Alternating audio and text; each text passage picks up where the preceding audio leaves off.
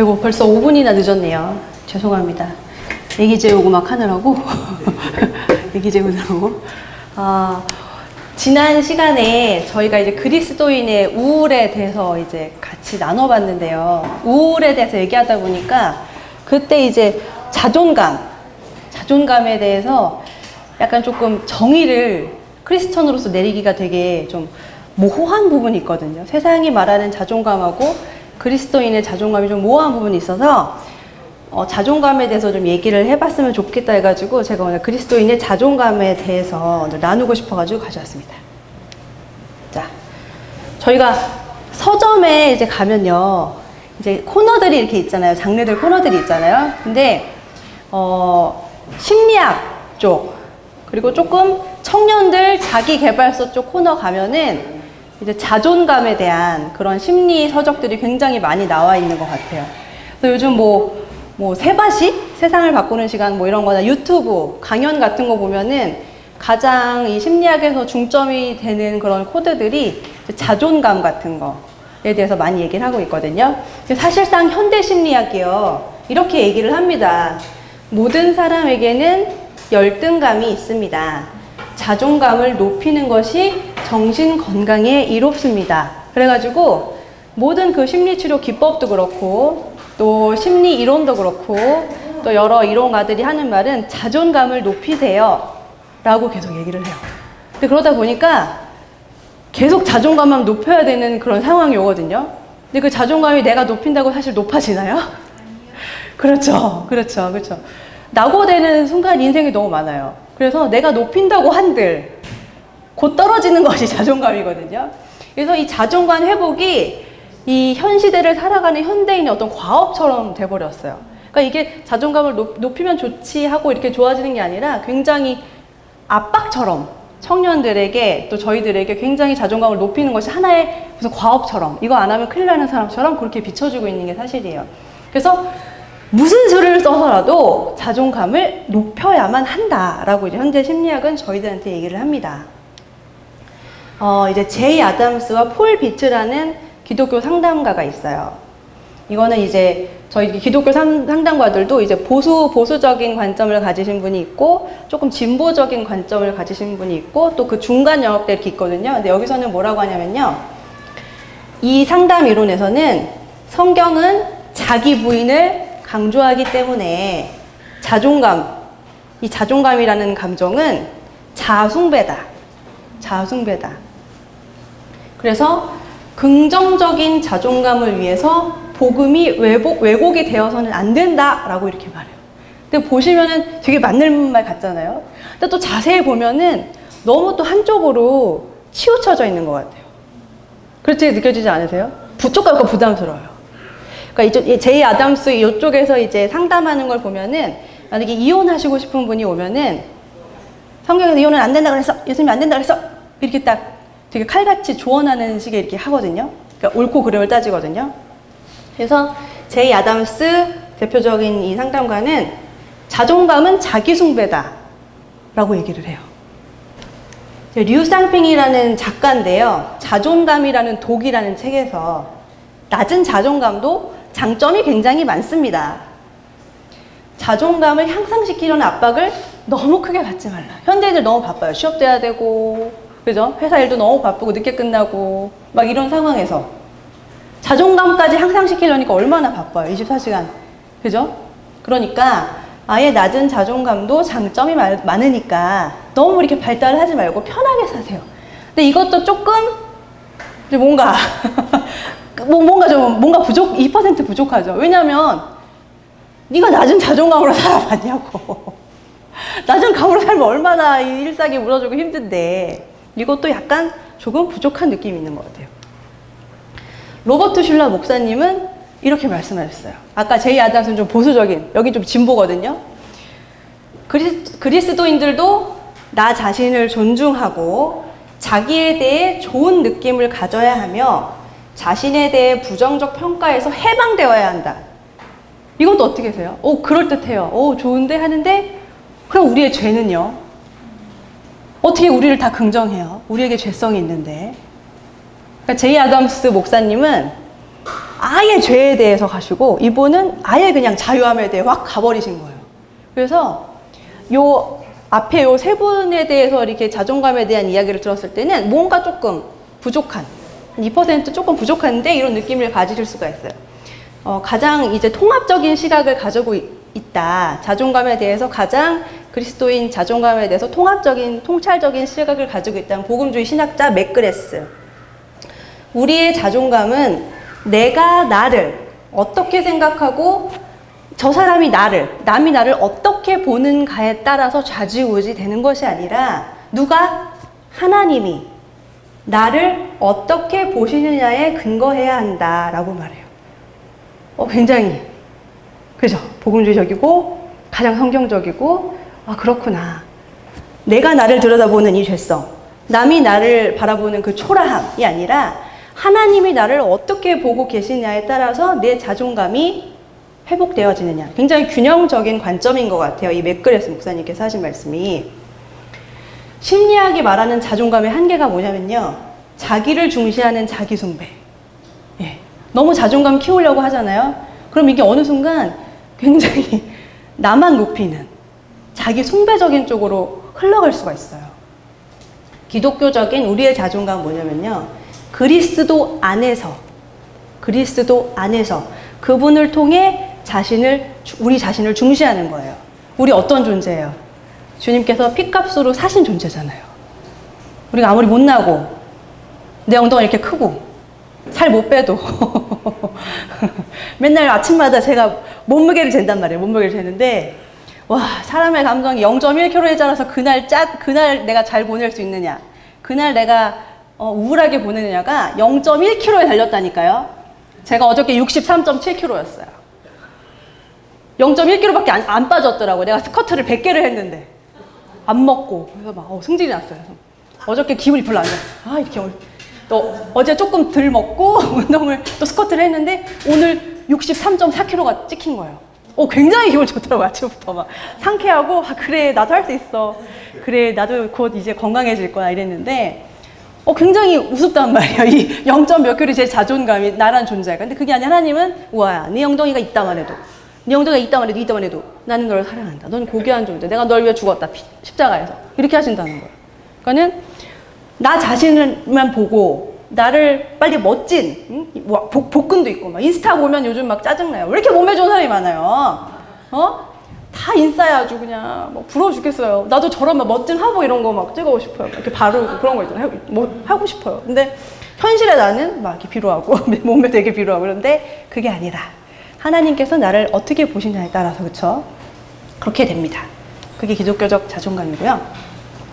스스로 자존감 높일 수 있을까요?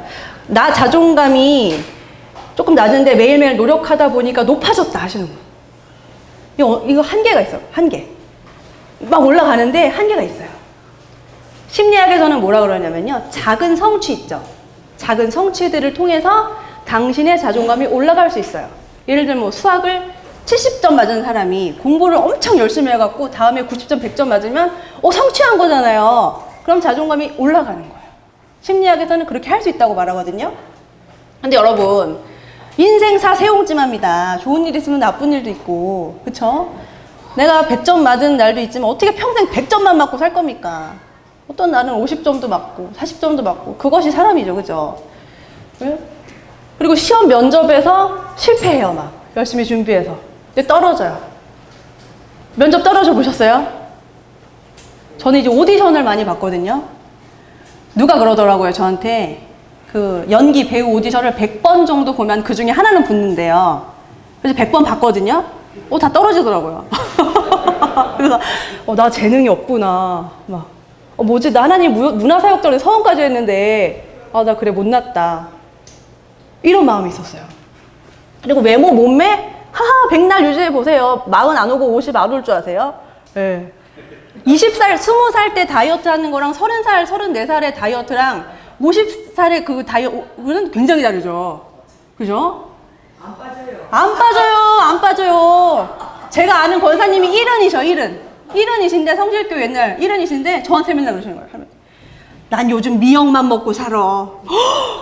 권사님 삼시세끼 미역만 드신대요. 왜요? 외모. 권사님이시대. 굉장히. 근데도 안 빠지신대요.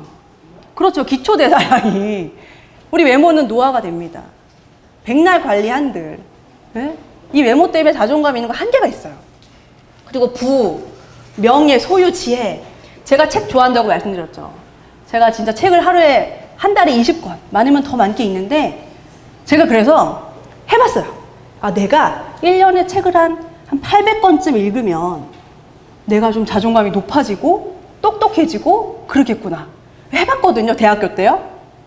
근데 하면 할수록 더 공허하고 내가 아무리 알아도 나보다 더 똑똑한 사람이 많고 새로운 책은 계속 나와요. 아, 읽을 게 너무 많은 거예요. 요거 좀 알고 했더니 또 새로운 이론이 나오네? 와, 난 뭔가. 나보다 잘난 사람 왜 이렇게 많아? 슬럼프에 빠지고. 그리고 자존감을 높여준다고 믿는 것, 그 자체가 우리 행위에 근거한 거예요. 이렇게 하면 좋아질 거야. 이렇게 하면 당신이 나아질 거야. 그러니까 이것이 현대 심리학이 말하는 어떤 한계점이에요. 한계점이에요. 저희에게는 어떤 사건이 있었냐면 십자가 사건이 있었습니다. 조건 없는 입양. 그 십자가 사건으로 주님께서 우리에게 무엇을 주셨냐면 혈통서를 주셨어요. 하나님의 이미지 저에게 주셨습니다. 상속권, 영적 권위, 천국의 소유, 그죠? 재산. 그리고 하나님의 능력을 주셨어요. 그리고 저희를 양육해 주셨습니다. 보살핌을 받고 하나님께 이거 필요합니다라고 구할 수 있는 그 권위를 주셨어요. 그리고 죄 있죠, 우리 죄성. 그거를 회개하고 용서받을 수 있도록 하나님의 의를 저에게 입혀주셨습니다. 그게 바로 십자가 사건으로 해서 저희가 받은 것들인데요. 하나님이 주신 은사와 영적 권위를 사용하지 못하도록 억누르는 것, 이런 것들이 있어요, 저희 안에. 자존감이 낮아지면. 이미 좋은 달란트를 저희 안에 이렇게 선물로 주셨거든요. 저희 아이들도 3남매인데 보면은 잘하는 게 달라요. 저희 정원이는 이렇게 만들기, 그림 그리기, 이야기 만들기, 예술적인 것이 있거든요. 근데 거기다 대고 제가 계속 너는 의사가 돼야 돼, 정원아. 응? 왜냐? 우리 집안에도 의사 하나 나와야 되거든. 저희 남편 아직도 포기를 못했어요. 그래도 우리 집안에 의사는 대한민국 부모의 다소원이죠. 우리 집안에 의사는 하나 나와야 된다는 거죠. 그래가 그래도 여보 사람이 양심이 있어야지. 우리 학교 다닐 때 공부 잘했었더니 못했대요. 그래서 나도 못했어. 사람이 양심이 있어야지. 양심적으로 살자고 해서 그렇게 안 하는 거야. 정원이에 그 잘하는 게 있잖아. 그러면 그거를 그래 정원아, 너는 예술적인 재능을 주셔서. 희원이는 희원이는 관심이 많이 필요한데 그 자연과학 있잖아요. 그런 거를 되게 좋아해요. 요즘에 많이 힘들어요. 전에는 제가 이제 공룡 이름을 다 외웠다고 그랬잖아요. 브라키오사우루스 막 이런 거. 그런 거 아세요? 브라키오사우루스 아세요? 스테고사우루스 막 다 외우는 거야. 공룡 전집을 갖고 와요. 그럼 이거를 하루 종일 읽으래요, 저보고. 그거 했어요. 그걸 때 졸업했어. 제가 그러니까 이제 5살 지나고 공룡 졸업했어요, 저. 그 다음에 가져오는 게 이제 자동차. 중장비 이름이 디테일한 게 그냥 저는 그냥 트럭도 아니고 무슨 트럭 종류 되게 많더라고요. 졸업했어요. 그러더니 갑자기 이제 곤충의 세계에 들어갔어요. 사슴벌레 종류가 톱사슴벌레, 왕사슴벌레 뭐 되게 많더라고요. 근데 요즘엔 그 곤충 사파 있잖아요. 그런 거 들고 와서 읽어보는데 나비도 무슨 안막구전나비, 왕구전나비 무슨 되게 많아요. 너무 고통스러운 거예요. 그래서 아침에 일어나면 이래요, 저한테. 엄마, 그래요. 왜? 그랬더니 이산화탄소가 뭐예요? 그래서 이산화탄소? 설명을 못 하겠더라고요. 그래서 제가 네이버를 막 뒤져가지고 대충 설명해서 했더니 갑자기 막 이러더니 소파에서 드라이 아이스에다 물을 부으면 어떻게 돼요? 그래요. 제가 그러면 드라이 아이스가 녹아, 터져 막 이랬어요. 그랬더니 그렇게 하면 그냥 안개가 많이 나오게 돼요 그러더라고요. 아는 걸 왜 물어봐 나한테? 이러면서 모르는 걸 물어봐야지요. 나 희원이니까 자연과학이 되게 좋아요. 제가 말씀드렸잖아요. 벚꽃이 날리면 정원이는 정원아 벚꽃이 너무 아름답게 막 흩날린다 그러면 정원이는 엄마 그냥 바람이 불어서 벚꽃이 떨어지는 거예요 이래요. 근데 희원이는 엄마 벚꽃이 떨어지고 있어요. 엄마 선물이에요 이렇게 해요. 아이마다 다르잖아요. 근데 이런 우리가 잘하는 것들이 있는데 지원이는 뭐 춤추고 노래하고 그런 거 그죠? 나서는 거 이런 거 좋아하는 것 같고 그러니까 저희가 자존감이 낮아지면은 하나님이 주신 그 은사와 영적 권위를 사용하지 못하고 이렇게 낮아져요. 웅크리고 해서. 하나님이 주신 재능을 저희가 못 쓰게 되는 거예요. 그래서 저희가 해야 될 일은 우리가 하나님께로부터 귀히 여김을 받고 사랑받는 피조물로 참 가치 있는 존재다라는 것을 우선 깨달으시고, 그리고 더 중요한 건 뭐냐면요. 저희의 이제 장점과 약점을 있는 그대로 평가하는 현실적인 인식이 필요해요. 제가 어느 날 갑자기 변리사가 너무 멋있어 보이는 거예요. 그래서 대학교 때 연영과 공부를 때려치고 나 변리사가 돼야겠다. 그러고 진짜 변리사 공부를 했는데 안 되는 거예요. 열심히 했는데 안 되더라고. 공부머리가 없는 거지, 공부머리가. 제가 뭐를 못하고 있었죠? 내 장점, 내 단점을 파악 못하는 거죠. 그 공부를 해낼 수 있는 제 역량이 없는데, 배경 지식도 없고 거기에 대한 것도 없는데 그냥 TV에 나오는데 여자 변리사가 너무 멋있는 거예요, 커리어 우먼이. 그래서 내 모든 꿈을 다 접고 난 오늘부터 변리사 공부한다. 아빠 나 법전대 한번 가볼게. 막 이러면서 했는데 당연히 안 되죠. 1년 동안 백수로 지냈다니까요. 깨달은 거야. 내 자기 현실 그게 파악이 돼야 되는구나. 응? 그런 거예요. 그래서 저는 춤춰야 되는 거예요. 연극해야 되고. 제가 잘하는 게 그거잖아요. 하나님 저한테 주신 달란트가. 네, 사도 바울. 자존감의 이제 대가님이 나오십니다. 바울 신학이 있을 정도로, 그죠? 자, 빌립보서 3장 8절 9절 말씀인데요. 다 아시는. 또한 모든 것을 해로 여김은 내 주 그리스도 예수를 아는 지식이 가장 고상하기 때문이라. 내가 그를 위하여 모든 것을 잃어버리고 배설물로 여김은 다 똥오줌으로 여겼다는 거예요. 그리스도를 얻고 그 안에서 발견되려 함이니. 저는 이 말씀이 굉장히 귀한 게 뭐냐면, 사도 바울이 뭐 하는 사람이었죠? 우리 지금으로 치면은 미국 시민권, 응? 독수리 가진 사람 부러워하잖아요. 응? 여기도 몇 명 있잖아 지금. 그죠? 시민권 몇 명 있잖아요. 제 친구가 유학을 갔는데 독수리를 만나려고 결혼을 아직도 안 하고 있더라고요. 자기 미국 시민권을 얻을 거래요. 그게 짱이래요. 영주권 다 소용이 없대요. 그게 있어야 된대요. 그래서 아직도 결혼 안 하고 기다리고 있어요. 왜 아직도 좋은 사람 안 만나? 난 그래도 난 꼭 독수리를 잡을 거야. 독수리가 뭔데? 그랬더니 시민권자 그러더라고요. 그래서 그래 했는데, 근데 로마 잘 나가는 그런 부류였단 말이에요. 근데 그 자기 가치의 세상적인 개념을 굉장히 하찮게 봤어요. 네. 자기한테 있는 그런 지식, 그런 출신 배경을 하찮게 본 거예요. 그래서 자신의 미래 신분이 지금의 현실의 로마 시민권자가 아니라 천국 시민권자라고 보면서 그런 자신을 긍정적으로 평가를 하는 것을 우리 말씀에서 볼 수 있고요. 이 바울 신학도 고난 신학의 대표적인 인물인데, 되게 힘들게 선교 다니셨잖아요. 막 감금도 당하고, 막 모욕도 당하고. 근데 그런 어떤 육체의 가시나 형편에도 자족하고, 감사하고, 평안하고, 그거를 아신 거죠. 예수 그리스도와 굉장히 뛰어난 애착 관계를 보여줍니다. 애착 관계. 이 바울의 자존감은요, 어제나 오늘이나 영원토록 동일하신 그리스도와의 연합에서 나온 자존감이에요. 왜냐하면 주체적으로 이 나 자신이 건강하게 주체적으로 그렇게 나는 모든 것을, 세상적인 모든 것을 배설물로 여겨. 주 예수 그리스도가 그것이 내 자존감이야 라고 말하는 거예요. 주체적으로. 또 두 번째 인물은요, 삭개오가 있어요. 여러분, 자존감이 회복이 되려면은 수용하는 게 필요하고요, 예? 받아들여지는 과정이 필요하고요, 회개를 해야 돼요. 회개를. 저희 학교가 이제 좀 진보 쪽에 있어요.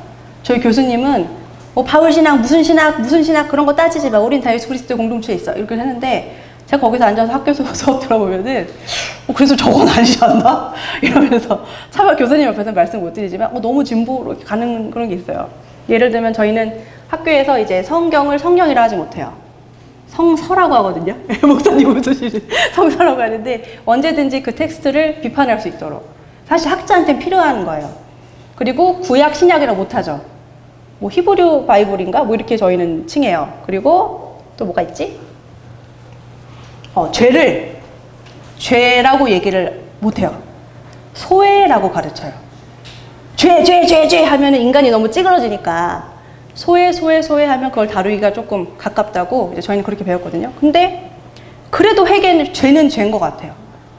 내가 아무리 소외라고 한들 내 안의 죄성을 매일매일 깨닫는데, 제가 그랬잖아요. 제 아들을 혼낼 때 제 안에 악마를 본다고. 제 자식들이 저를 힘들게 할 때 제 안에 괴물을 만납니다, 진짜. 내가 속으로 나왔는데 불구하고. 그리고 두 번째는 수용받는 게 필요해요. 어제 제가 금요일에 우리 예배 무용을 한번 해봐야겠다고 준비해 왔잖아요. 그래서 제가 그걸 가져온 거는 우리 이제 성도님들과 정말 하나님을 경배하고 싶어서, 예배하고 싶어서 가져왔단 말이에요. 근데 그렇게 저희가 같이 찬양하고 너무 좋고 이제 혼자 여기 서서 찬양을 예배 저도 이렇게 움직이면서 열심히 했잖아요. 근데 그때 나 자신을 처음으로 용서했어요. 제가 발레 10년 했는데 서울 예중 예고 대입을 다 실패하면서 다 안 됐어요. 그러니까 제 안에 저의 그 못난 과거를 아직도 용서하지 못하는 그 응어리들이 있더라고요. 그래서 저는 어제 너무 희한한 경험을 했는데, 여기 안에서 춤을 추고 있는데 갑자기 어느 순간 제 몸이 16살의 그 꿈많던 발레리나를 꿈꾸던 최후화로 돌아가 있는 거예요. 그 순간 이 공간이 이 예배 장소가 아니라 무대, 제가 그렇게 사랑하던 그 무대 위에 제가 거기서 발레를 하고 있는 거예요. 그런 경험은 처음이었어요. 그러면서 눈물이 엄청 나왔어요. 아, 내가 용서를 못했구나. 그래서 교회에서 이제 행사로 춤을 춰야 된다거나 이렇게 하면은 제가 굉장히 안 나서고 자유함이 없는 거죠, 제 안에. 제 자신의 그 과거에 대한 그 못남을 수용할 수 있는 게 없는 거예요. 근데 어저께 정말 1시간 동안 여기에서 춤추면서 울었어요. 춤추면서 울었어요. 하나님 죄송합니다. 하나님 감사합니다. 이거 깨닫게 해주셔서. 내 안에 그런 게 들어앉아 있는 줄 몰랐어요. 그래서 누가 너 발레 했다 그러면 얘기 안 해요. 아니요. 그냥 춤 좀 추잖아요? 그럼 춤 잘 추네. 뭐 좀 배웠어? 그러니까 아니. 아니, 그런 거 없어. 발레 그냥 조금. 이제는 그때 발레 했던 잘 안 됐어. 이렇게 건강하게 말할 저의 수용력이 없는 거죠. 어저께 하나님께서 그걸 보여주시더라고요.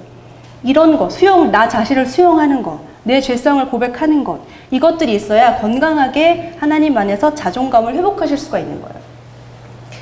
이 정신의학자 칼 매닝거라는 사람이 있거든요. 이분이 뭐라고 말을 했냐면, 정신병 환자들에게 그들의 죄가 용서받았습니다 라는 확신을 누가 시킬 수만 있다면 이들 중 4분의 3은 다음날 태어날 것이다. 여러분, 자기 용서가 안 되는 거예요. 남들은 괜찮다고 했는데 내가 나 자신이 용서가 안 되는 거예요. 그게 신경증으로 가고 더 심해져서 정말 증상이 돼버리는 거거든요. 그러니까 누가 너의 죄가 구원받았어. 예? 너 용서받았어. 아무도 그렇게 말해주지 않은 거예요. 그 무거운 죄를 계속 품고 가는 거예요. 그러니까 저희에게는 무엇이 있죠? 예수 그리스도의 이름, 자유함이 있는 거예요. 자유함이 있는 거예요. 여러분, 회개할 수 있는 거 큰 선물입니다. 정말 선물이에요. 아무도 여러분을 용서하지 않는다고 생각해 보세요. 못 살아요, 인생. 못 살아요. 우리가 아무리 그게 소외라고 말한들 죄성은 죄성인 거죠. 예, 그걸 고백할 수 있고 그 안에서 자유할 수 있는 권위를 저희한테 주신 거예요, 하나님께서. 그래서 삭개오는 막 사람들이 안 놀아주고 막 그랬잖아요. 예수님께 받아들여진 뒤에 회개를 했어요. 아무도 인정하지 않던 그 이름을 주 예수 그리스도에서 콕 집어서 이렇게 불러주셨잖아요. 그리고 식사까지 했잖아요. 주님과 선포하셨잖아요. 이제 구원이 너희 집에 이르렀다. 그 공동체에서 받아들여지지 못한 사람에게 예수님께서 그 나무 위에서 이렇게 있던 삭개오를 너네 집에 간다, 내가 오늘. 너네 집에 간다고 오늘 이렇게 하신 거잖아요. 얼마나 삭개오가 좋았을까요? 그죠? 응? 그래서 이 세속적인 일반적인 TV에서 보는 일반 상담, 심리 상담하고 다른 부분이 기독교 상담과 있다면은 그 접점은 아마 회개예요, 회개. 회개가 있느냐 없느냐. 죄가 소위 약간 말씀드렸죠. 그래서 회개는요, 우리에게 하나님의 사랑과 용서가 도대체 왜 필요한지, 또 근본적인 죄를 건드리는 아주 중요한 과정이 있어요. 그걸 우리가 회심이라고 그러죠. 다 회심의 경험들이 있으시죠, 주님 앞에서. 그래서 이게 회개가 있으면요, 죄책감, 수치심에 대해서 굉장히 자유하게 돼요. 지금 나 자신 가치에 대해서 잘못된 생각과 왜곡이 있잖아요. 이것들은 거의 다 대부분이 과거의 상처, 어떤 환경, 옛사람에게서 많이 와요. 옛사람에게서. 근데 그것만 붙들고 상담하잖아요. 상담사가. 그거 하나만 가지고 붙들고 상담하면은요, 2차 상처가 돼요. 자기 연민이 커져요. 상처만 계속 곱씹고 있는 거예요. 그래서 상담가들은 얘기를 하면서 많은 얘기를 하도록 도와줘요. 그래서 이 사람 인생에서 어떤 긍정적인 자원이 있는지를 찾아봐 주는 거예요. 상담가는. 내가 이렇게 힘들었는데요. 계속 힘들었는데요. 그 아픈 사람은요, 그것만 생각하거든요. 네? 그것만 생각해요. 그것만 문제가 커 보이는 거예요. 남편하고 가니까 다 괜찮은데 뭐 어떤 거 하나 있죠. 그거 나오면 막 뒤집어지는 거예요. 막 순한 사람이. 네? 왜 이렇게 또 웃으시지? 찔리시는 분이 있으신 것 같은데? 커지는 거예요. 그러니까 상담가는 너가 어떻게 살아오는지 들어보면서 아니야, 근데 너 그거 되게 잘하는데? 당신 그거에 굉장히 유능하신데요? 그런 자원이 있는데 하면서 치료의 자원, 심리적인 자원을 이렇게 올려주는 거예요. 찾아봐 주는 거예요. 그래서 저희가 해야 할 일은요, 이 말씀, 성경 주셨잖아요. 이 말씀에 내 상태를 비추어서 보는 거. 네? 비추어서 보는 것이 가장 좋습니다. 그것이 또 훈련이 돼요. 저희에게 말씀을 주신 게. 일반 상담은 그게 없어서 힘들어요. 여러분, 저희한테 어떤 도덕적인 윤리와 양심이 있다는 거 정말 큰 가르침의 표대거든요. 세상 나가보면 청년들 얘기해봐도 그 어떤 성적 균형도 없고 가치도 없고 성공에 대한 정의도 없고 굉장히 안타까운 게 뭐예요? 근데 저희는 성경에서 어떻게 살아라, 이렇게 살아라, 다 지침이 되어주잖아요. 얼마나 그 안전한 울타리예요. 저에게 울타리. 저희 이제 육아 심리 그런 거 할 때도요, 방목 막 그러잖아요. 마음껏 뛰어놀게 해주세요. 아이들을 자유롭게 키우세요. 그렇지만 건강한 프레임은 있어야 돼요. 건강한 울타리 있어야 되는 거예요. 이게 없으면 그거는 방임, 방종, 학대가 되는 거예요. 그러니까 성경 말씀이요, 저희 삶에 자유를 주잖아요. 그 자유라는 것은 우리에게 울타리가 되어준다는 거예요. 그 안에서 마음껏 뛰어놀 수 있다는 거예요. 네? 그래서 우리의 이 부족한 상태에도 불구하고 내 안에 그리스도가 사신다. 주 예수께서 사신다.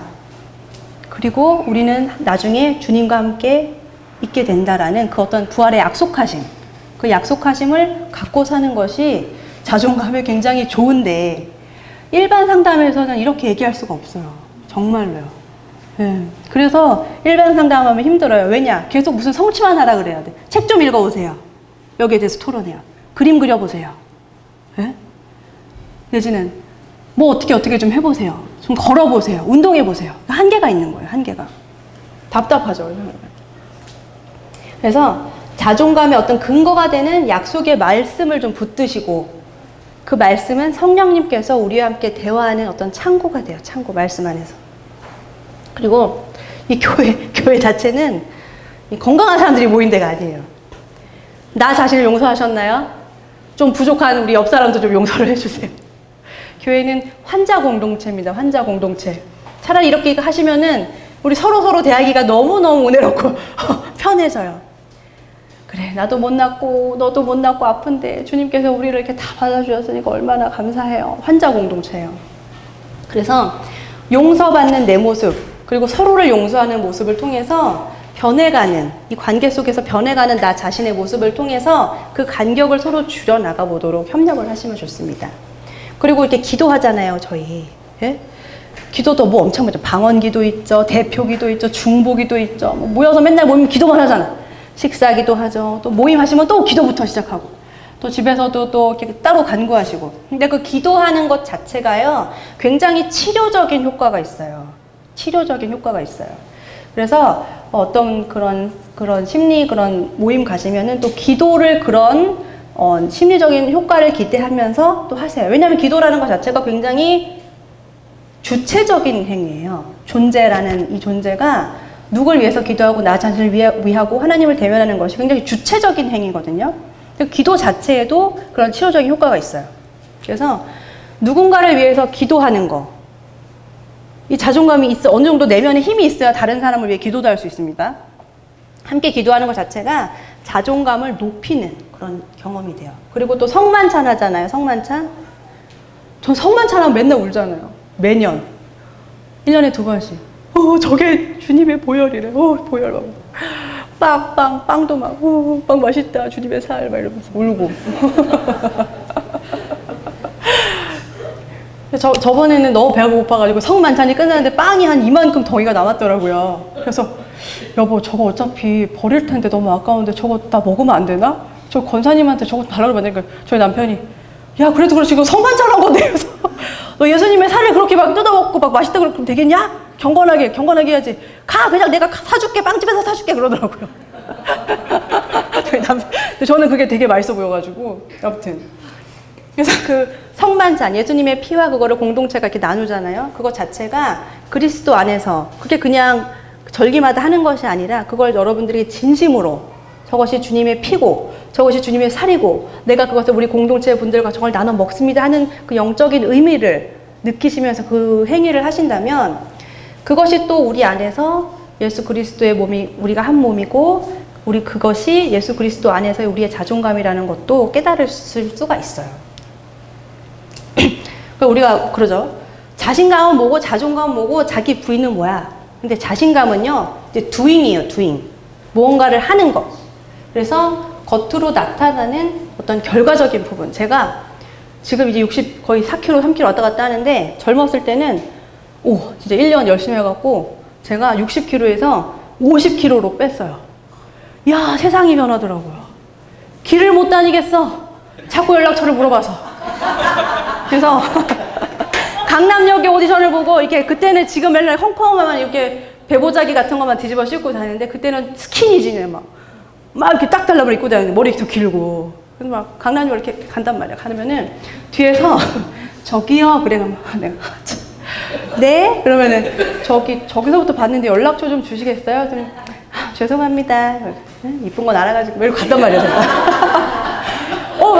버스만 타면은 다 이렇게 전화번호 물어보는 거예요. 전화번호 물어봐.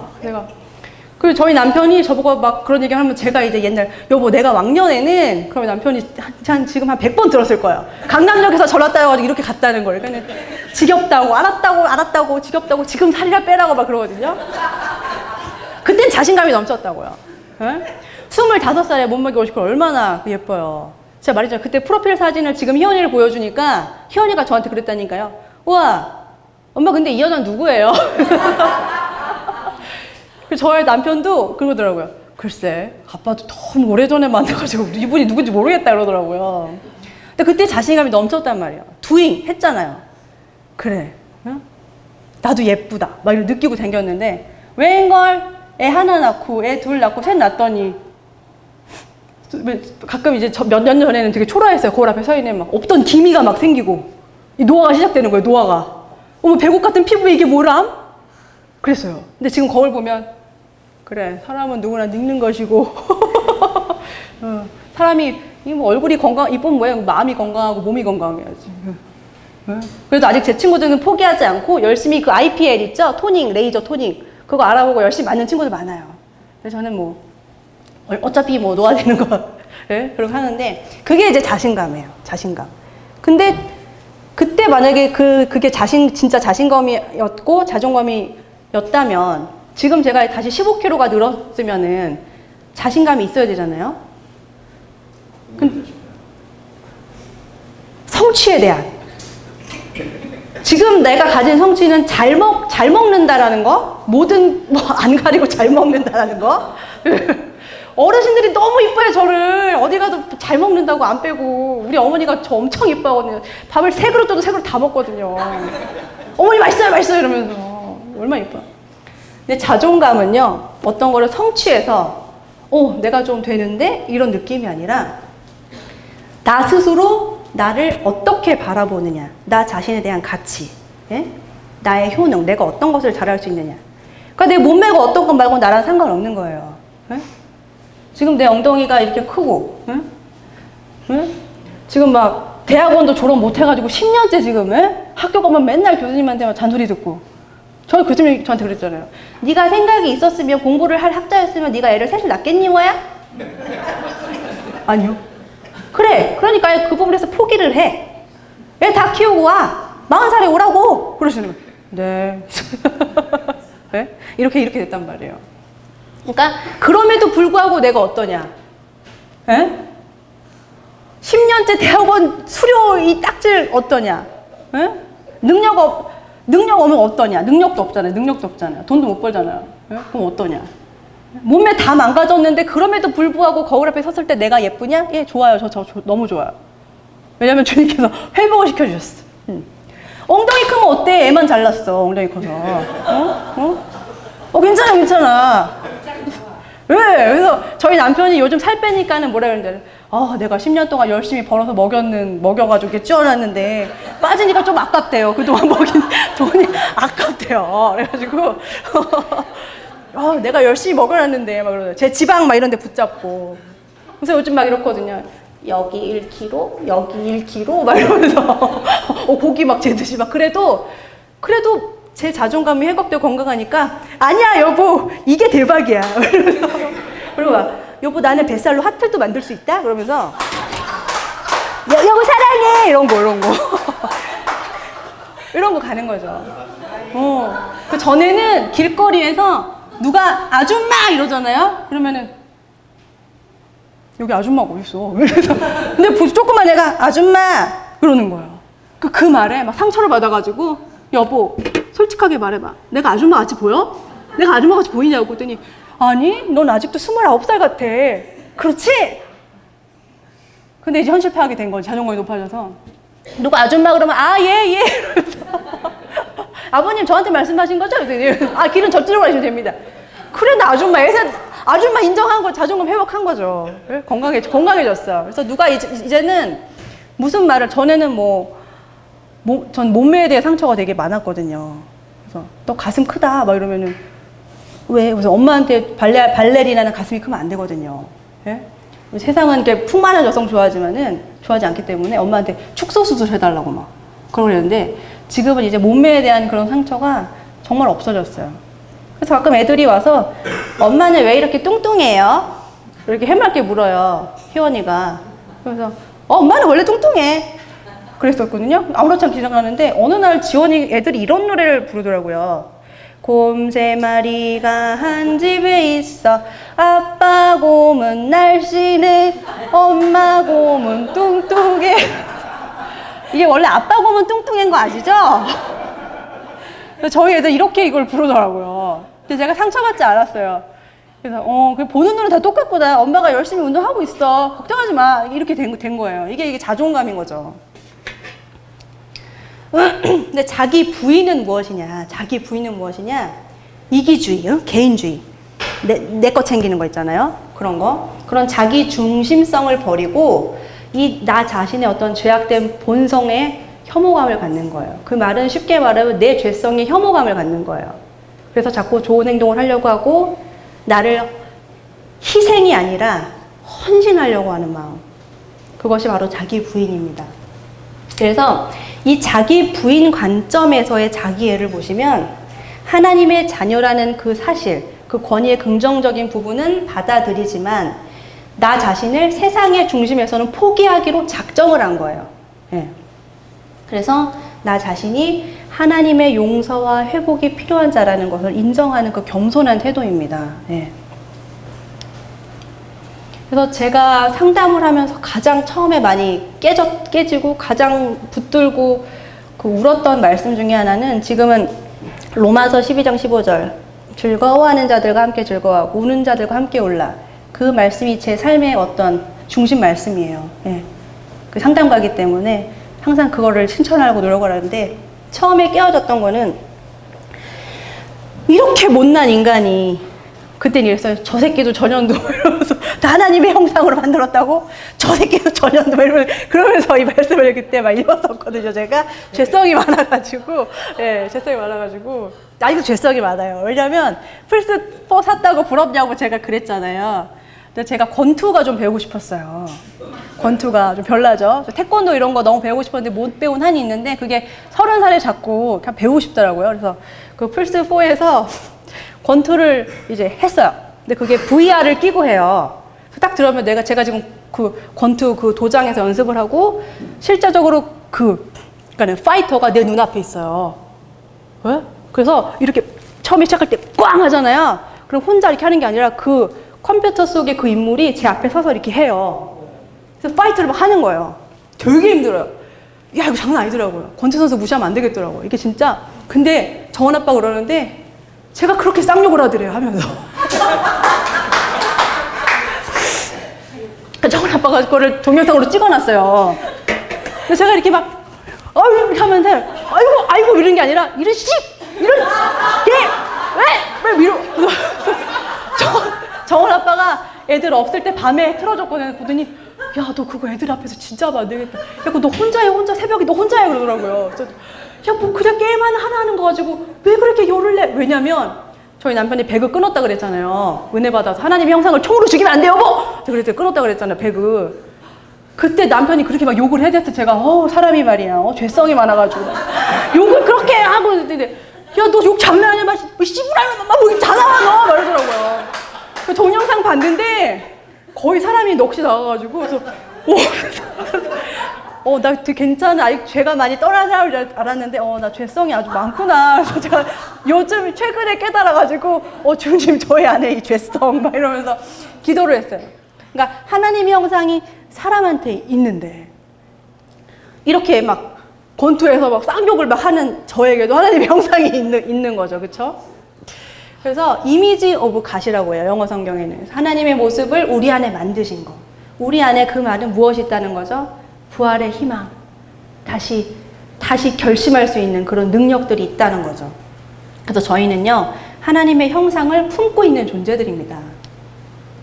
자존감이 능력이에요. 할 것도 많아 죽겠는데 토익도 해야 되고 막, 그지? 취업, 그것도 자기소개서 그것도 공부해야 되고 할 것도 많고 막 승진도 하셔야 되고, 그쵸? 물건도 잘 팔아야 되는데 자존감까지 능력이 되어버렸어요. 능력이. 그래서 1990년대에 이런 협회도 있어요. 국제 자존감 협회. 돈 될 것 같은 건 다 협회를 만들어놔야 돼, 일단.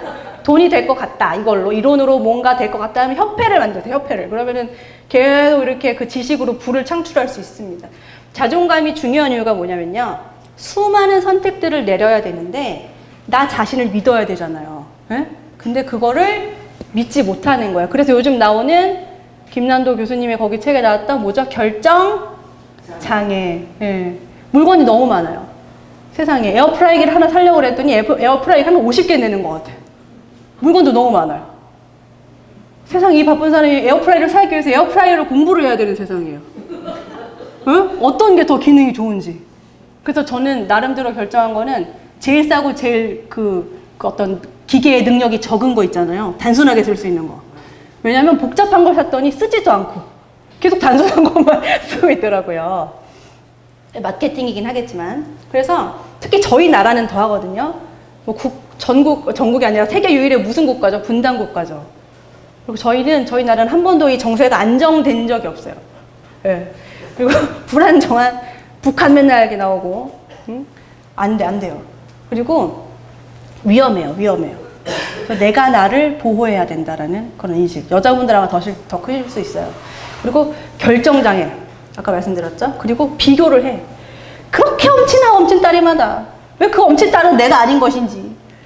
왜 그렇게 엄친하는 많은 것인지. 어저께 우리비가 재밌다 그래서 구피폴 변호사 뽑는 걸 봤거든요. 제가 그랬어요. 저 친구 진짜 아픈 손가락 너무 안 됐다. 그랬더니 알고 봤더니 서울대 출신에 막 서울대 법전대에서 알고 봤더니 잘난 손가락. 세상 그런 잘난 손가락이 없더라고요. 주변에 엄친 딸은 왜 그렇게 많은지. 그런 사회. 그리고 저희 나라는 정답이 있어요. 이 육아를 시작하시면 더 깨닫게 돼요. 100일에는 무엇을 사야 되고, 애착 인형은 코끼리 인형이고, 어디 제품이고, 이 정답이 다 있어요. 그리고 5살에는 미술을 하고, 6살에는 피아노를 배우고, 7살에는 이제 논술을 시작해야 되고, 이제 7살 반에는 미술학원을 다녀야 되고, 8살 되면 그때부터 영어학원을 보내고, 9살부터는 수학학원을 해야 되고, 왜냐면 그리고 영어는 무조건 초등학교 6학년에서 다 끝내놓는다. 해리포터를 읽을 정도의 수준은 되어야 된다. 네. 우리 희원이 응가 마렵답니다. 좀 도와주세요. 할머니한테 가자. 엄마가 못 가서 미안해. 할머니한테. 그래서 우리 잠깐. 할머니. 그래서 정답이 있는 사회예요. 그래서 저같이 애를 막 학원에 안 보내고, 네? 놀이터에서 뛰어놀리고 이러면은 벌써 엄마들 무리해서 약간 독특한 존재 찍혀요. 정말 수학학원, 영어학원 안 다니는 친구들이 없더라고요. 정답이 있어요. 대기업 가잖아요. 은퇴하고 뭐 하시냐? 치킨집! 왜? 이제 벌써 이게 다, 이게 나 책도 있잖아요. 그러니까 정답으로 계속 가는 사회. 개성이 있고, 재능이 있고, 다양하게 가도 되는데, 이 정답을 요구하는 사회다 보니까, 결정을 잘해야 되는 거예요. 이 결정 한 방에 인생 끝나는 거예요. 네? 자생의 시대이기도 합니다. 제가 10년 전에 저희 교수님이 이제는 1인 가구 시대이기 때문에 상담자들이 1인 가구, 고독사 이런 거 준비해야 된다 너희들. 그런데 그때 너무 황당했어요. 그게 뭐야? 1인 가구 이상하네. 어떻게 1인이 가구야? 근데 그때 일본에서는 이미 고독사가 시작되고 있었거든요. 일본에서 무언가 있을 때 꼭 5년 뒤에 저희 나라 오더라고요.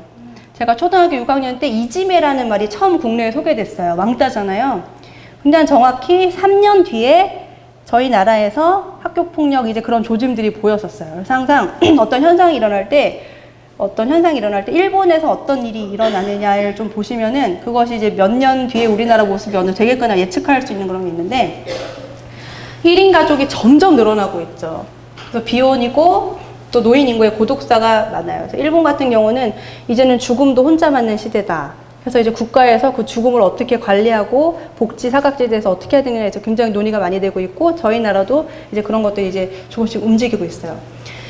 옛날에는요, 대가족이 있으니까 조부모님들이 이제 아이도 봐주시고 아이도 키워주시고 이모 있고 삼촌 있고 그런 거 다 보면서 자랐단 말이에요. 그 김장도 다 품앗이로 그쵸? 하고 대가족 속에서 육아했는데 요즘은 어때? 육아만 봐도 엄마들이 독박을 혼자 뒤집어섰다고 독박 육아. 네? 저 독박 육아 몇 년 했는데 힘들어요. 혼자 살아야 되는 자생의 시대인 거예요. 가족 안에서도 혼자 버텨야 되는 시대가 온 거예요. 그래서 말하죠. 심리적인 문제가 있으세요? 좋은 책을 읽으세요. 심리치료에 사회에 찾아가세요. 이런 치료 자체도 공동체에서 해결이 되는 게 아니라 혼자 사귀고 혼자 이렇게 좋아져야 되는 자생의 시대가 되는 거예요. 너무 바쁘니까. 이 자생의 시대에서 중요한 거는 그래서 힐링, 자존감입니다. 그래서 밖에 나가면 힐링 콘서트, 자존감에 대해서 맨날 토론하고 얘기하고 이런 프로그램 되게 많아요. 그래도 어떤 방법을 우리가 그리스도인의 자녀라는 것을 아셨지만 그래도 만약에 우리 일상에 살 수 있는 방법을 좀 알려드리자면은 이 마음과 신체를 챙기셔야 돼요. 저희 마음과 이 육체도 하나님의 성전이기 때문에 저희가 관리를 해주셔야 되는데 마음의 근육을 키워놓으세요. 그러니까 미리미리 재충전을 하세요. 저 같은 경우는 아침 8시에 딱 일어나면 하루 종일 제가 가만히 앉아있는 시간이 밤 10시가 되도록 없어요. 신기하죠? 왜냐면 정원이 학교 보내면 그 다음에 희원이 가야 되고 그 다음에 지원이 봐야 되고 또 애 밥 줘야 되고 또 계속 시간이 그렇게 앉아있는 시간이 없어요. 너무 분주한 거예요. 근데 그런데 만약에 어떤 일이 팍 터져요. 그럼 어퍼컷이 이렇게 넘어가는 거예요. 어떻게 하냐면 길 가다가 시간이 조금 남으면 벤치에 좀 앉으셔가지고 좀 쉬세요. 정리도 좀 하시고 카페 같은 데 가셔가지고 조금 앉아서 책도 좀 읽으시고 혼자 있으실 수 있는 공간을 찾아서 미리미리 마음의 근육을 좀 키워놓으세요. 어떤 의무도 없는 공간에서 집에서 쉬는 게 아닌 나 같은 사람 있잖아요. 집이 일터. 그래서 제 말이 밤 10시에 설거지 딱 끝나고 간식 주고 양치하면 되면 제가 그래요. 와, 퇴근이다. 엄마 찾지 마. 가서 자. 오지 마. 이러고. 야, 내 자유시간이야, 오지 마. 가끔 애들이 밤에 깨어서 온단 말이야, 놀자고. 그러면 지금 엄마 퇴근해가지고 쉬는 시간이니까 너가 혼자 놀아. 나 혼자 놀 거니까. 이렇게. 왜냐면 저는 오전에 제 임무를 충분히 다 했잖아요. 혼자 있는 시간이 필요한 거예요. 그래서 여러분도 어떤 의무도 없는 공간을 하나 만드셔가지고 거기서 좀 쉬세요. 이렇게 마음의 근육을 좀 단련시키세요. 예를 들면 산책도 좋아요. 그 철학자 누구죠? 세시마다 되게 똑똑하시다. 칸트. 예. 세시마다 걸었다고. 그게 그 사람의 어떤 마음을 강하게 하는 루틴이었던 것 같아요. 그리고 커피 마시는 거, 차 한 잔 마시는 거, 숨 고르세요. 그리고 집 앞 벤치라든지 또 아파트의 어떤 그 차 안, 주차하시는 뭐 차 안이라든지. 그래서 정적인 일을 하시는 분 있죠? 글 쓰고 앞에서 타자 치시고 이렇게 정적인 업무를 보시는 분들은 좀 동적인 업무를 해보세요. 동적인 일, 뭐 테니스 친다던가, 예? 운동을 좀 크게 하실 수 있는 거 하시고, 동적인 일, 육체를 많이 사용하는 저걸 에셋 달린 엄마들은 가만히 있어요. 가만히. 제 꿈이 뭐냐면, 여러분 꿈이 뭐세요? 저는 꿈은 24시간 아무것도 안 하고 누워있는 사람이 제 꿈이에요. 저의 원대한 꿈. 제가 그러잖아요. 그래서 난 이 꿈을 50세에 이룰 것이야. 막 이러면서. 애들 대학을 다 졸업시키거나 24시간 동안 가만히 누워 있어야지. 그게 지금 제 꿈이에요. 뭐 좋은 상담가가 되고 이런 게 아니라 그냥 가만히 있는 거.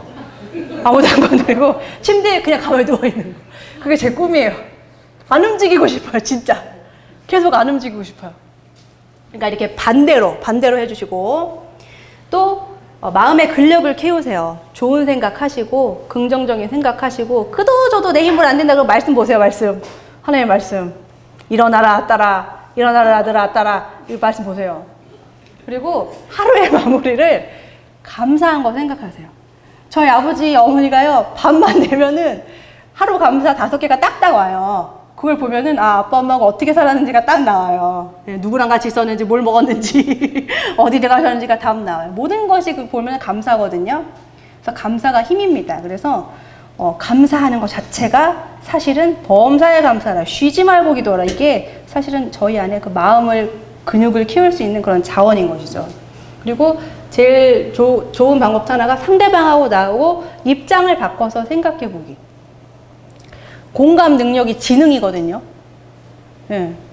어떤 사람들이 나는 그런 거 공감 안 되고 난 그런 거 나는 그런 거 못하는 사람이야. 난 그런 거 안 해. 그러는데 그런 분들한테 공감도 지능인데 그거 머리 좋은 사람만 할 수 있는 건데, 그러면 아무도 그런 소리 안 하세요. 그러면 이제 바로 바꿔가지고 나 그거 이해 간다. 그럴 수 있지. 이 공감이 지능이거든요. 이게 머리 좋아할 수 있는 거예요. 입장 바꿔서 생각해 보는 게 사실 지능입니다. 근데 그렇게 말하면 아무도 그렇게 말씀 못 하시더라고요. 그리고 생각의 예방주사를 맞으셔야 돼요. 완벽주의를 버려야 돼요. 완벽주의를. 제가 예배를 다 만족시켜야 되겠다. 모두 오늘 한번 천국 한번 가자! 이러면서 금요집에 와가지고 오늘 천국 보내, 입신! 막 이러고 하는데 다 안 그래 봐요. 얼마나 자존감이 제가 허탈하고 허무하겠어요. 오늘 강의에서도 조는 사람만 모여 막 졸았네! 막 이러면서 막 졸았어! 내 강의가 형편없었나? 그게 아니라 누구 한 사람만 집중하면 100이면 80%만 만족하시라 이거예요. 네?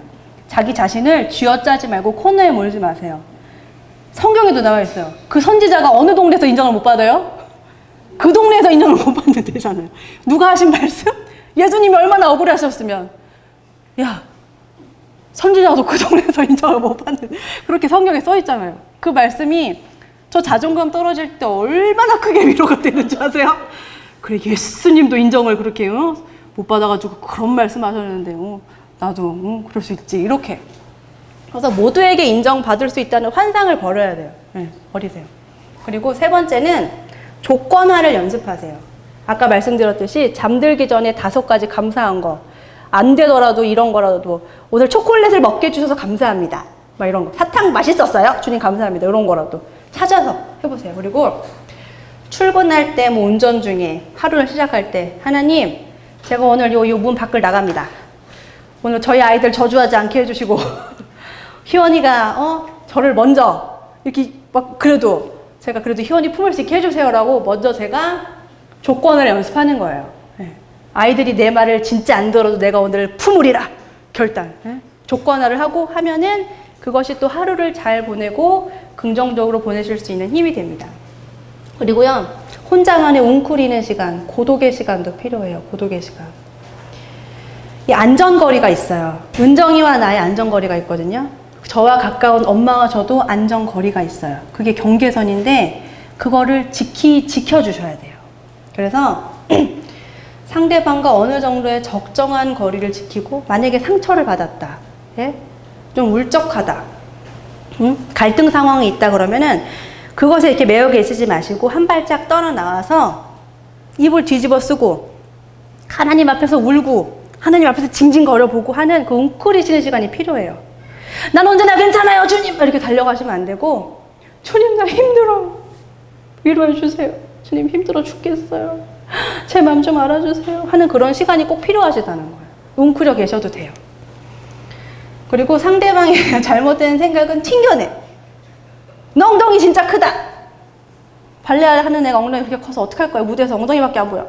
그러면 전에는 이 엉덩이로 진짜 어떻게 발레리나가 되지? 그게 아니라 지금 내 엉덩이는 야 커서 얘도 잘났고, 응? 왜 너는 상대방이 엉덩이밖에 안 보이냐 이 몹쓸 인간아? 응? 이렇게 엉덩이 눈에는 엉덩이밖에 안 보이는 걸 사람을 외모로 평가하는 이 나쁜 인간 이렇게, 응. 상처받지 마시고 튕겨내세요 그 생각을. 그 장기하 밴드 노래 아세요? 이거 보고 되게 좋아하는데 그건 네 생각이고 그러나 그건 네 생각이고 이런 노래가 있어요. 한번 들어보시면은 자존감 회복에 되게 좋더라고요. 그래서 그건 네 생각이고 그 방패를 바리케이드를 치세요. 누가 나한테 상처 주는 말을 하면 곱씹어 막 그 말만 생각나는 거예요. 헤어지고 나서 내가 진짜 그런 거 그게 아니라 그래 그건 네 생각이고 그건 네 생각이고 이렇게 그건 네 생각 그건 네 의견이고 이렇게 그래서 좀 튕겨내세요. 그리고 모두 같은 마음이 아니더라고요. 사장님 입장과 종업원 입장이 다르거든요.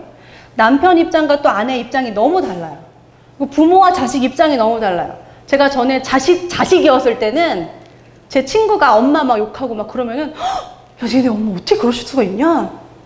나 진짜 너무하신 거 아니 너한테? 그랬는데 제가 부모가 되고 나니까 그게 또 그렇게 안 되더라고. 그래서 전에는 막 시어머니가 막 아들한테 막 그러는 거 며느리가 막 서운해하잖아요. 그럼 전에는 결혼 안 했을 때는 며느리 입장을 더 가까우니까 야 너는 시어머니 왜 그러시냐? 그건 아니죠. 그런데 지금은 이제 저도 아들이 있거든요. 저도 장차 시어머니가 될 거거든요. 그럼 이제 시어머니 입장, 아들 입장에 조금 더 걸쳐있는 제 모습을 보면서 입장이 참 다 다르다라는 거. 그래서 내가 상대방에게 최선을 다한다고 해서 그 사람도 저한테 잘해주는 건 아니에요. 그러니까 아예 애초에 받을 생각 하지 마시고 정말 주님이 주시는 그 기쁜 마음, 그 섬김의 마음만 가지고 해주시고 받을 생각. 왜 그런 분도 있어요? 밥을 사 먹고 사드리고 사주고 갔어요. 답장이 안 오네. 오늘 밥 잘 먹고 즐거웠어요. 하트 이런 거 카톡으로 보내줘야 안 서운하신 분 있단 말이에요. 네. 그런 분 있어요. 애니어그램 하면 그런 분들 되게 잘 볼 수 있는데 그리고 7번째는요. 내 요구를 솔직하게 표현하세요.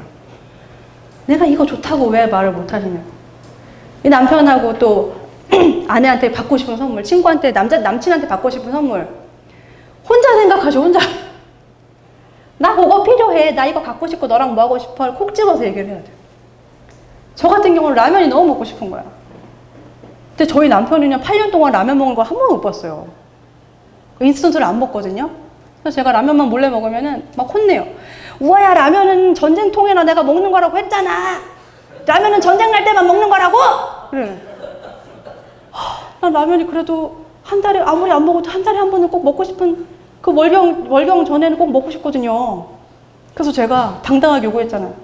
생일 선물 뭐 갖고 싶으냐요? 제가 뭐라 그럴게요? 생일 선물. 여보, 라면 한 박스 사줘. 내가 이거 다 먹을 때까지 잔소리하지 마. 그게 내 생일 선물이야. 지금 우리 비가 웃겨가지고 죽으려고 그러는데 그래서 생일날에 라면 한 박스를 받아가지고 신나게 그거 열심히 까먹었어요. 네. 요거를 하셔야 돼요. 요거를. 남의 눈치 보지 말고 비난하지 말고 내 아이 메시지로 나는 요런 게 하고 싶어 라고 솔직하게 이야기를 하시고 이 우리나라에 특이한 병이 있거든요. 50대 이상 갱년기쯤에 이제 나타나는 건데 화병. 그게 영어로 진짜 화병이라고 돼 있어요. 네, 아니 화병이라고. 네, 그렇게 돼 있는데 신기하죠. 그게 전 세계 다른 나라에는 없어요. 우리나라에 있는 여성들에게 있는 화병, 울화병. 그게 있어요. 그게 심리진단법에 DSM-5 진단 그 전에 추가가 됐어요. 우리나라 학자들이, 그걸 의학자들이 발견을 해서 화병을 추가를 했어요. 다른 나라에는 없지만 한국 여성들, 중년 여성들에게 보편적으로 나타나는 어떤 심리, 그걸로 그게 이렇게 있어요. 그러니까는 그게 특히 여성분들 그래요. 남편 다 해놓고 자식 위해서 평생 살고 나중에 남았을 때 화병 나요. 예? 병 나누에 이제 뭐라고 남 탓하고 그러지 마시고 그 전에 챙기세요. 저 같은 경우는 혼자 있는 시간 나잖아요. 그러면은 맛있는 초밥집 있잖아요. 근데 혼자 가요. 그리고 혼밥을 즐겨요. 초밥, 맛있는 초밥. 남편한테 얘기 안 해요. 초밥 먹었다고. 애들한테 얘기 안 해요. 초밥 먹었다고. 저를 위해서 선물한 거예요. 그러고서는 저는 뭘 안 하냐? 여보, 왜 나 초밥 안 사줘? 나 안 사랑하는 거야? 내가 초밥을 그렇게 좋아하는데 초밥 사줘. 이렇게 바라지 않고 제가 사 먹어요. 제가 맛있게 사 먹어요. 초콜릿 먹고 싶다? 그러면 여보, 나 초콜릿 먹고 싶어. 그런 게 아니라 제가 가서 사 먹어요. 제가 가서 맛있는 초콜릿. 그래서 혼자 좀 저를 대접을 하는 거죠. 그러니까 남 탓하기 전에 여러분 제 자신이 저를 위해서 이렇게 일상적으로 조금 작은 선물을 해줄 수 있으면 좋습니다. 그래서 제가 좋아하는 말이 어떤 사람에 대해서 고민을 막 하잖아요. 근데 그러더라고요. 그거는 네 몫이고 그거는 그 사람 몫이야. 각자의 짐은 각자가 진다. 이렇게 생각하시면 좋습니다. 그래서 건강한 자존감은요, 진심으로 상대방에게 잘해주었다면 그 사람이 어떻게 하든 상처받지 않아요. 그리고 상처받더라도 끝까지 사랑할 수 있는 그 내면의 힘이 있습니다. 주님이 주시는 거죠. 예수님을 닮은 성숙한 인격이에요. 자기 비난과 열등감이 저희를 겸손하게 만들까요? 나를 비하하고 막 열등감 있는 게 저희를 겸손하게 만든가요? 그건 겸손이 아니죠. 그렇죠? 너무 잘 아시죠? 참된 겸손은요, 우리 자기 비하에 있지 않고 남을 높여주는 데 있습니다. 남이 잘 될 때 더 좋아하는 거예요. 누가 잘 되면 막 배 아픈 사람들 있잖아요. 저도 좀 그랬어요. 막 나보다 좋은 학교 가면 막 배 아프고, 나보다 학벌 좋으면 배 아프고. 근데 그게 아니라 진심으로 축하해 줄 수 있는 거, 다른 사람의 좋은 일에 대해서.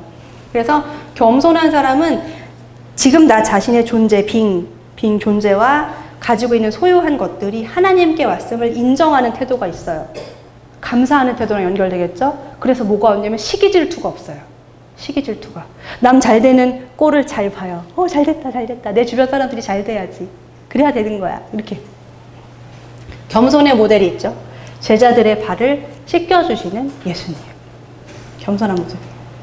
그래서 겸손은요, 내 자신의 부족함, 죄와 실패를 인정하는 태도고요.